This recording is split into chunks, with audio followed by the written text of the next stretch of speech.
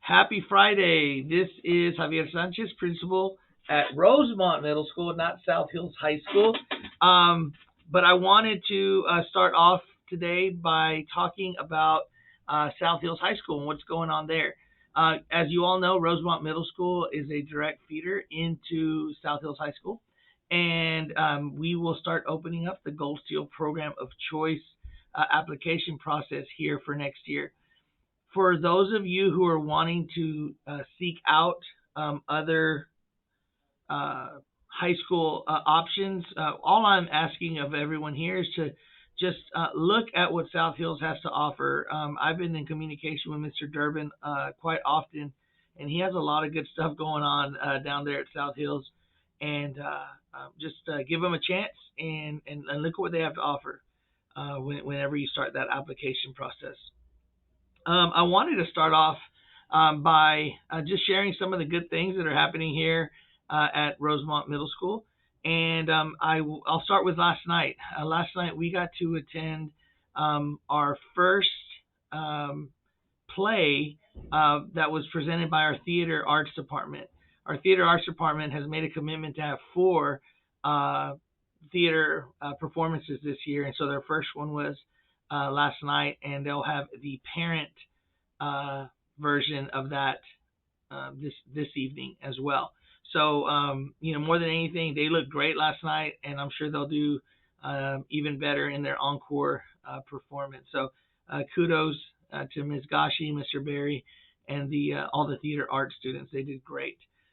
2 weeks ago, we also had our band first band performance in almost a couple of years, and that was great to attend as well. And so, lots of fun events happening here at the school. Speaking of fun events, we also had our Hispanic Heritage Festival about 2 weeks ago, and it was attended by about 40 or 50 of you, and that was great to see everyone out for that. Ms. Diaz, our parent engagement specialist, and Ms.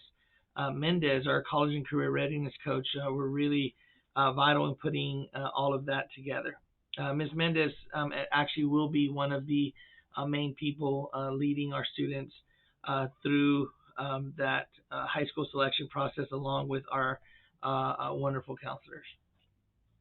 Speaking of preparing for next year, we can never lose focus on this year, and I think it's worth mentioning that we had over 100 of our students that made the A honor roll, and another 200 that made the B honor roll. So we had over 300 students that made the AB honor roll, and so we're looking for ways that we can celebrate and commemorate their efforts. So thank you, students and parents, for supporting our kids and doing great things.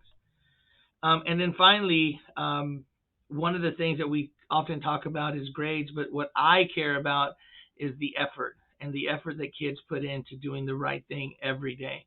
And I'm going to talk about two sides of that coin. On one side is our best Broncos. We have we acknowledged about 70 best Broncos about a month back, and here in about a week and a half we'll be announcing our next round of best Broncos, and those are all based on effort and character. And so we have a lot of great students here, and our goal is to recognize every student in one way or another when they're putting forth that level of effort. On the flip side of that character and effort piece, I do want to make sure that we address a couple of areas that we are really focusing on here at Rosemont. One, when a student wakes up, they make a conscious choice. They make a conscious decision to get in dress code. They're either going to be in dress code or they're not. And before they've even walked out of the house, they've already made a decision, positive or negative, on whether to be in dress code. The reason we have a dress code is we want to make sure that we're able to identify our students easily, make sure that we don't have any strangers, high schoolers, or anything coming onto our campus. And then B, we also want to make sure that we can move past what do I look like today and focus on our education. What am I going to learn today? And in order to learn, in order to access everything that the classroom and the classroom teachers have to offer, we need you here and then we need students on time. And so attendance and tardies have really been a focus of ours here over the last several weeks, and will continue to be over the next several weeks. I'm sorry, throughout the rest of the year. Let's talk about absences real quick. I don't want anybody to get caught off guard. This is not an I gotcha. This is not us threatening or being the bad guys. This is us informing you that something needs to change. So we will be sending out truancy letters for absences. We have been very careful to not include any of absences for quarantine. But if you get a letter and there is a mistake, please do not hesitate to call us and let us know, and we can address that and fix that. That being said, if you get a letter in the mail here in the next week, week and a half, regarding truancy and absences, more than anything, what we want is for you to address it and make sure that kids are showing up every day. The tardy piece really is on you guys as parents for the first period, getting them here on time, and then it's also mostly on our students. Are they getting from class to class on time? And so our tardies, we are starting our Friday night lights. If you didn't get our message from a couple of weeks ago, we are starting our Friday night lights that will include in-house for students that just are not getting it and not showing up to class on time. And so, please help us with that. Talk to your students about getting to class on time every day, every period, so that we can become the best middle school in Fort Worth ISD. I keep saying that because that is our goal. We don't want to be good. We don't want to be okay. We want to be the best. And that's only going to happen when students, teachers, administrators, and parents are all on the same page. So, thank you so much for all your efforts in helping us get there.